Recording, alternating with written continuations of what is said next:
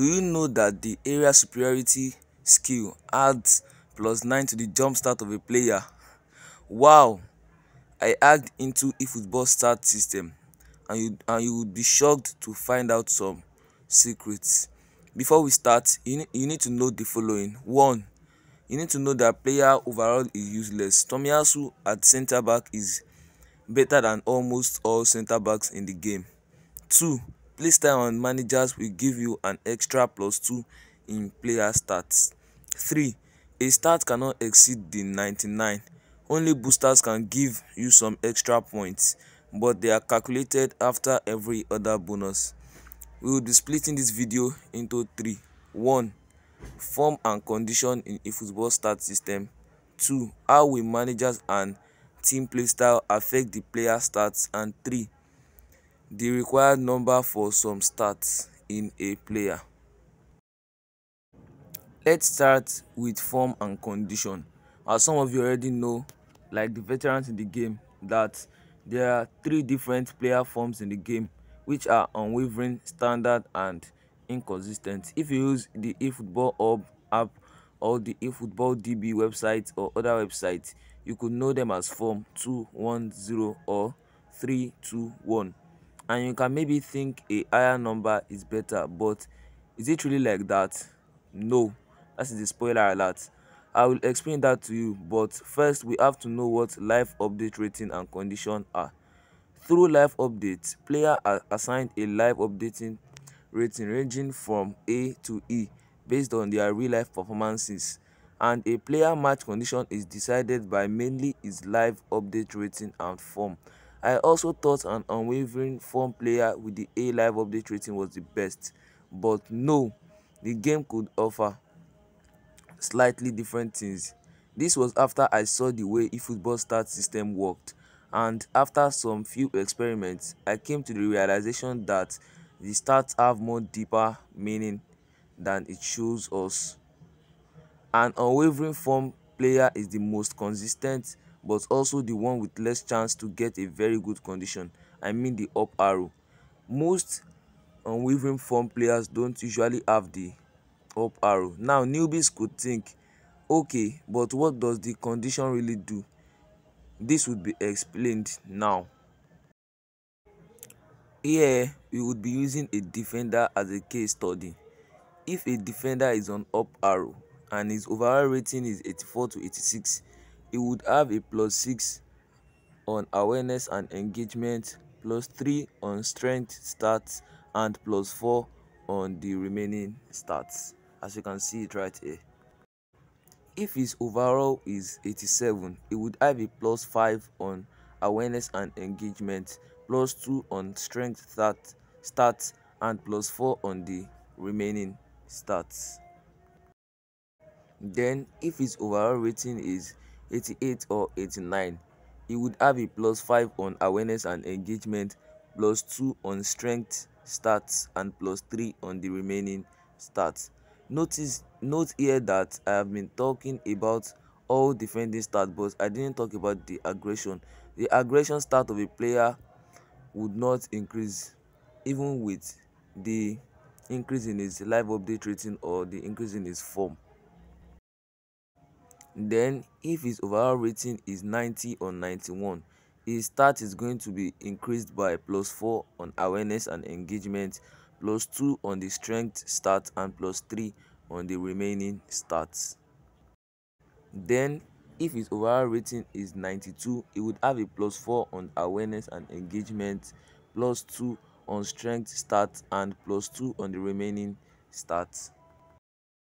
Now for most of you guys which use players of 93 rating or more, is going to have a +3 on awareness and engagement, +2 on strength, and +2 on the remaining stats. He's not going to have any increase in his aggression if his live update rating is A and his in-game update, I mean in the game, and his arrow is facing up. Now this is the stats changes for players that have mid arrow up. I'm not going to say much here, but I'm going to show you some clips and some images of the start changes, like the way you saw it and the way you saw me explaining it in the form arrow up, the full up arrow in the first clip I showed you earlier.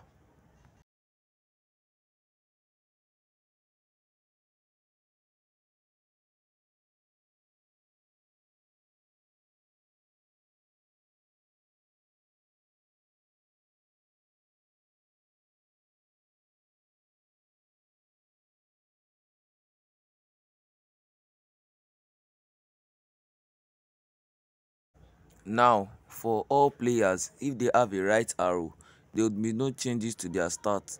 All these mentioned would also add to the +2 for manager playstyle proficiency. For other arrows, please bench your players because their start is going to be awful, especially the terrible condition. Now we can say this form is important if you need to give progression points to your players. For example, if you have an unwavering player of overall of 92 plus, you should not exceed 95 in awareness and engagement stat and 96 in strength stat, because we assume based on data I shared earlier that most of the time these players will have a mid up arrow, so a boost of +2 of awareness and engagement and +1 strength in other stats is what is going to be given to them.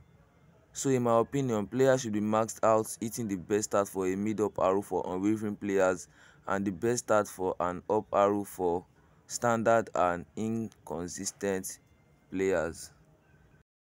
Now let's move to manager and team play style proficiency. For the managers, there's a manager with the best proficiency for each play style, and they are for position. For possession game, it is Luis A. Roman, which is the Guardiola of Manchester City. For quick counter, it is Zeidler of Liverpool or Jurgen Klopp. For long ball counter, it is Christopher Buena, and his real name is actually Diego Simeone. For out wide, it is Thomas Tuchel of Bayern, and for long ball, it is F. Elsin or the current coach of Everton. Do not think that not using these would affect your team. They would, because these managers having the highest proficiency for the place that they are playing is going to give you a +2 boost on every start of each of your players in game. Now, the importance of balance in attacking players. The balance is one of the best stats for an offensive player because it gives you the strength to challenge the defender. A Messi of 170 centimeter and 72 kilogram could win a shoulder-to-shoulder challenge against a Rudiger of 190 centimeter and 85 kilogram. But how much balance does it need? I think I made a graph that would help you to understand how much a player balance he should need related to his height. Note the balance shown takes into consideration any boost from tactics and condition. Now, here you can see that taller players need less balance and shorter players need higher balance. Example, for players like Isaac and Rafael Leao, they are tall and they have high balance, so they are going to be very strong and agile in the game. Now, how much jump should a player have? According to results from my experiment, the graph here shows the minimum jump start required in relation to the height of a player. Also note that area superiority will add to the jump start of a player, as you can see here. From here, a taller player needs less jump than a shorter player. That is why a tall player with high jump will have more chances of winning the ball. Lastly, how does area superiority and heading skill add to the jump and header stats? If a player has 80 jump and he has area superiority, that means that a +9 will be added to the jump of the player. But in game, if football doesn't want us to know this, also same with the heading skill, it would add a +9 to the area start of a player. This means that a player with 80 jump and area superiority is much better than the player with 90 jump and no area superiority. Let me show you an in-game example. Here, the jump on Van Dijk is 87 and he has area superiority stat. This is reflected if you go to the in-game rules of each players and you see that a +9 is added to the jump stat of a player. And that is the end of the video. I would really like to appreciate you guys. The subscribers are exploding and I really appreciate that. Please try to hit that share and subscribe button so more people can watch it. I know you haven't hit that like and subscribe button yet, so now hit it as if it is owing you some money, but sorry, no refunds. I'm going to leave on this note with a big bye.